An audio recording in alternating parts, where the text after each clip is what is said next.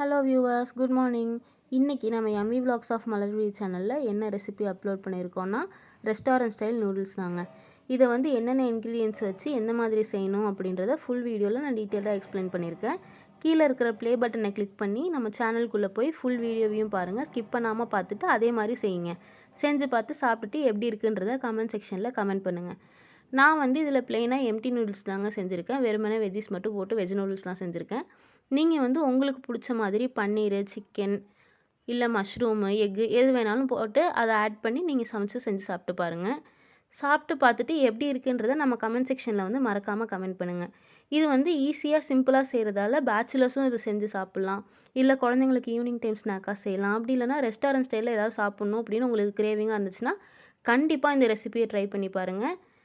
Try பண்ணி பார்த்துட்டு எப்படி இருக்குன்றதை கமெண்ட் செக்ஷனில் சொல்லுங்கள். உங்கள் ஃப்ரெண்ட்ஸ் அண்ட் ஃபேமிலிக்கு ஷேர் பண்ணுங்கள், சப்ஸ்கிரைப் பண்ணுங்கள். தேங்க்யூ.